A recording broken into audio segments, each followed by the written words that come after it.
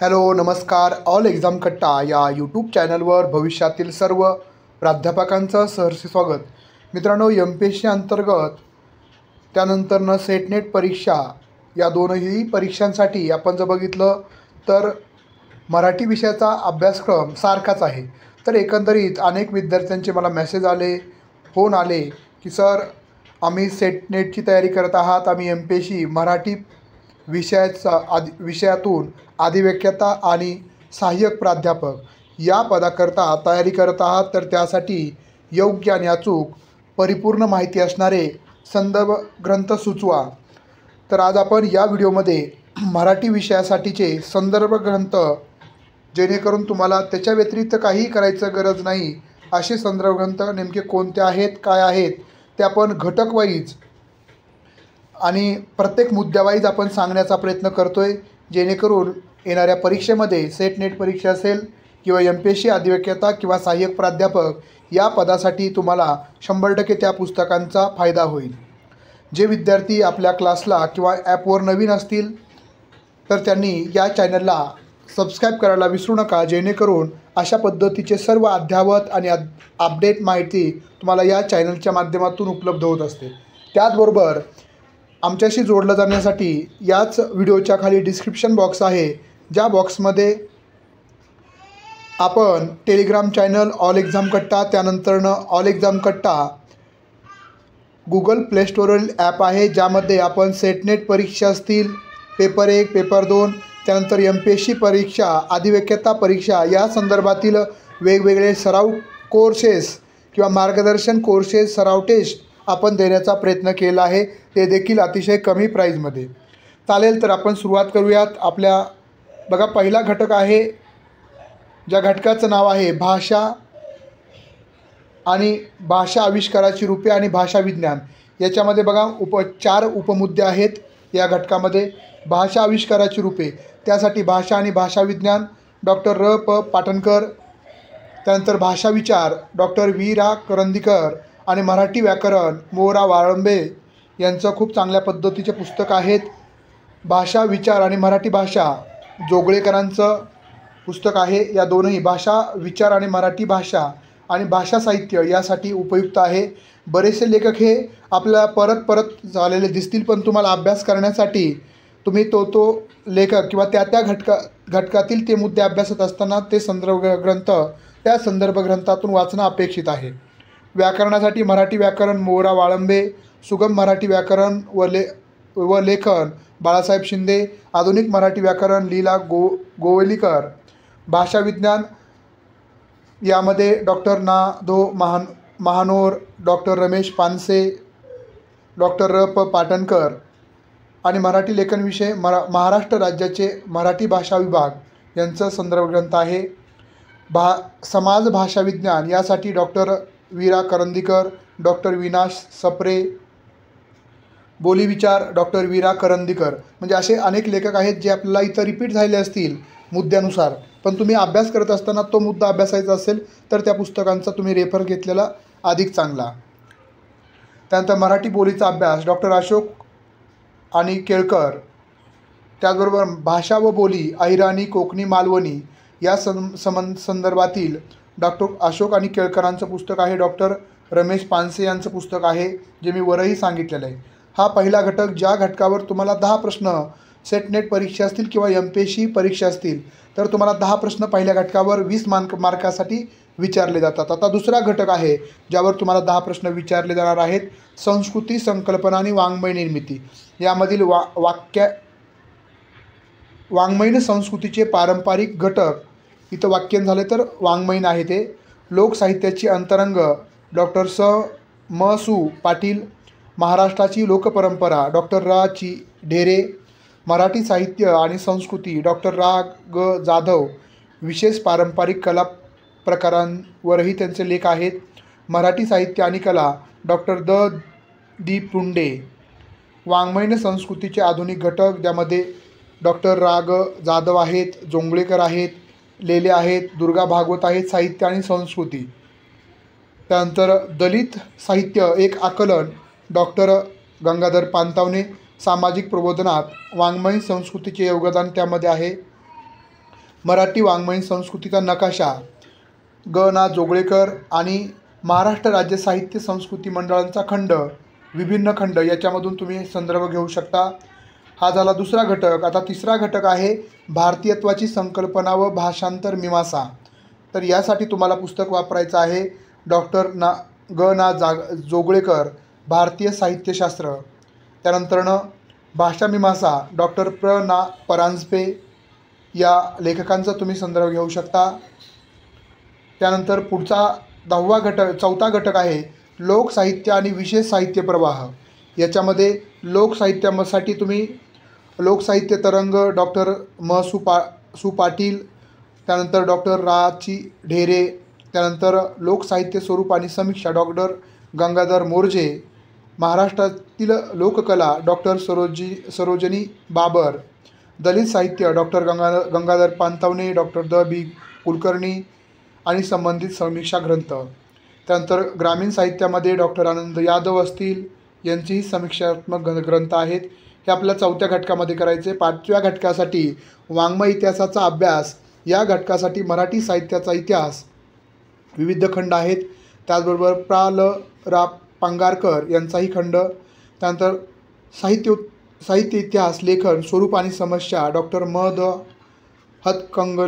हातकणंगलेकर, मराठी साहित्यातील इतिहास यासाठी संबंधित समीक्षा ग्रंथ. आता 6वा घटक आहे वाङ्मयीन चळवळीचे स्वरूप. यामध्ये आपण बघा चळवळी आणि प्रवाह डॉक्टर द.दी. पुंडे, डॉक्टर गंगाधर पानतावणे, दलित साहित्य चळवळी, त्यानंतर डॉक्टर आनंद यादव ग्रामीण साहित्य चळवळी, स्त्रीवादी साहित्य चळवळीचेही वाचन आपण करणं गरजेचं आहे. त्यानंतर साहित्य आणि अभिरुची डॉक्टर सु. पाटील यांचे लेख वाचणं गरजेचं आहे. 7वा घटक आहे साहित्य प्रवाह.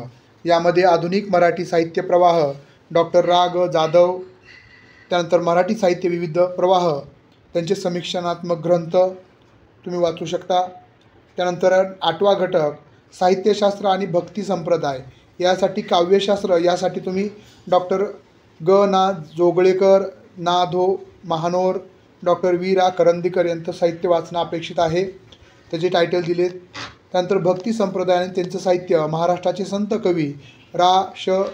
वाकणकर, ज्ञानेश्वरी, तुकाराम गाथा, एकनाथी भागवत यावर आधारित संपूर्ण ग्रंथ. महाराष्ट्राची लोकपरंपरा डॉक्टर रा.ची. ढेरे यांचं त्यामध्ये विश्लेषण आहे. महानुभव साहित्य गो. तुळपुळे यांनी लिहिलेलं आहे. त्यानंतर 9वा घटक आहे ज्यावर आपल्याला 10 प्रश्न 20 गुणांसाठी विचारले जाणार आहेत. साहित्य प्रकारांचा सूक्ष्म विचार. याच्यामध्ये डॉक्टर श्रीना पेंडसे असतील. त्यानंतर कविता या साहित्य प्रकाराचे संकल्पनासंदर्भात आधुनिक मराठी कविता स्वरूप आणि शिल्प डॉक्टर भालचंद्र नेमाडे, मराठी कवितेचे अंतरंग श्रीना पेंडसे, कथा कादंबरी मराठी कादंबरी स्वरूप आणि शिल्प डॉक्टर द. हातकणंगलेकर, मराठी कथा स्वरूप आणि विकास डॉक्टर ना. जोगळेकर, डॉक्टर गोडसे, डॉक्टर द. हातकणंगलेकर. त्यानंतर चरित्र, आत्मचरित्र, निबंध त्या समीक्षात्मक पाहणं गरजेचं आहे.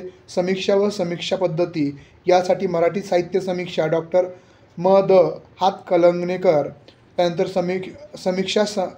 समीक्षा मीमांसा डॉक्टर सु. पाटील, डॉक्टर रा. करंदीकर यांचंही जे बुक्स आहेत ते महत्त्वाचे आहेत. त्यानंतर 10वा घटक, यावरही 10 प्रश्न विचारले जाणार आहेत. निवडक साहित्यकृती. यामध्ये आपण जर बघितलं, या घटकासाठी दिलेल्या प्रत्येक साहित्यकृतीवर आधारित स्वतंत्र समीक्षणात्मक पुस्तकं, लेख किंवा प्रबंध उपलब्ध असतात. तसेच संबंधित साहित्यकृतीचे अभ्यासपूर्ण संपादन, प्रस्तावना किंवा भाष्य असलेले ग्रंथ पाहणे आवश्यक आहे. त्यामधलं पहिलं आहे लीलाचरित्र एकांक. गो. तुळपुळे यांचं संपादित आणि समीक्षा हे पुस्तक वापरणं गरजेचं आहे. तुकाराम गाथा, एकनाथी भारूड, जनाबाईचे निवडक अभंग, मराठी गवळणी या साहित्यावर आधारित वेगवेगळ्या लेखकांनी लिहिले. त्यामध्ये डॉक्टर रा.ची. ढेरे, डॉक्टर गो. तुळपुळे, प्राध्यापक गो. नांदापूरकर यांचं लेखन आहे. आज्ञापत्र सभासद बखर. यासाठी डॉक्टर न. देशपांडे यांचा ग्रंथ आहे बखर वाङ्मय या नावानं. त्यानंतर शिवाजी महाराजांचा पोवाडा महात्मा फुले यांचं अभ्यास ग्रंथ आहे.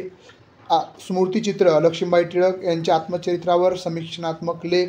बनगरवाडी व्यंकटेश मानगुळकर यांचे साहित्य समीक्षा संदर्भातील लेख. आनंद ओवरी दि बा मोकाशी यांच्या साहित्यावरील समीक्षा लेख.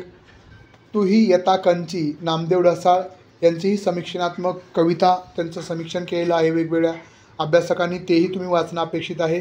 जीनं आमचं बेबी कांबळे दलित स्त्री आत्मचरित्रावरील समीक्षणात्मक लेख. गिधाडे विजय तेंडुलकरांचं नाटकांवरील समीक्षा. शोभायात्रा भिजकी वही. त्यानंतरनं हिंदू जगण्याची समृद्ध आडगळ भालचंद्र नेमाडे यांच्या कादंबरीतील आणि कादंबरी साहित्यावरील समीक्षा. कोण नाही कोणचा वरण भात लोणचा जयंत पवार यांच्या साहित्यावरील समीक्षा. पायी चालणारा प्रफुल्ल शिलेदार आयदान उर्मिला पवार. वळीव शंकर पाटील. माणूस मनोहर तल्लार. जेव्हा मी जात चोरली बाबूराव बागुल. कोण म्हणतं टक्का दिला संजय पवार. या इत्यादी साहित्याची समीक्षा तुम्ही अभ्यासणं गरजेचं आहे. पूर्ण साहित्य प्रकार तर तुम्ही वाचू शकत नाही, एवढा वेळ आपल्याकडं नाही आहे, तर त्याच्यावर आधारित समीक्षा ग्रंथ किंवा समीक्षा लेख वाचणं गरजेचं आहे.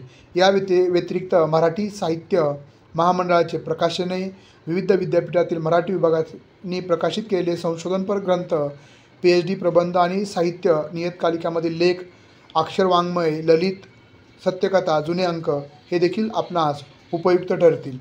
ज्या विद्यार्थ्यांना या सर्व साहित्यासंदर्भात माहिती किंवा या सर्व साहित्यावर आधारित आपण आपल्या क्लासच्या माध्यमातून जवळपास मराठी विषयाच्या 1,500 पेजच्या आपण नोट्स देतो आहे, याच्या व्यतिरिक्त तुम्हाला काहीही करायचं नाही. ज्या विद्यार्थ्यांना क्लास जॉईन करायचा असेल तर त्यांनी ऑल एक्झाम कट्टा हे ॲप डाउनलोड करायचं आहे. त्यावर आपला सहाय्यक प्राध्यापक, त्यानंतरनं अधिव्याख्याता, MPSC अंतर्गत होणाऱ्या परीक्षेचे, त्याचबरोबर सेटनेट परीक्षेचे कोर्सेस आपण ॲपवर ऑल एक्झाम कट्टा ॲपवर उपलब्ध करून दिलेले आहेत. ज्या विद्यार्थ्यांना क्लास जॉईन करायचे असतील तर त्यांनी आजच ऑल एक्झाम कट्टा ॲप डाउनलोड करा. आणि जर तुम्हाला काही डाऊट असतील तर 96 89 04 77 38 या क्रमांकाला कॉल करू शकता. बघा, आपण जर योग्य वेळी योग्य साहित्य किंवा योग्य डिसिजन घेतलं, निर्णय घेतला तर निश्चितच त्याचा भविष्यामध्ये फायदा होणार असतो.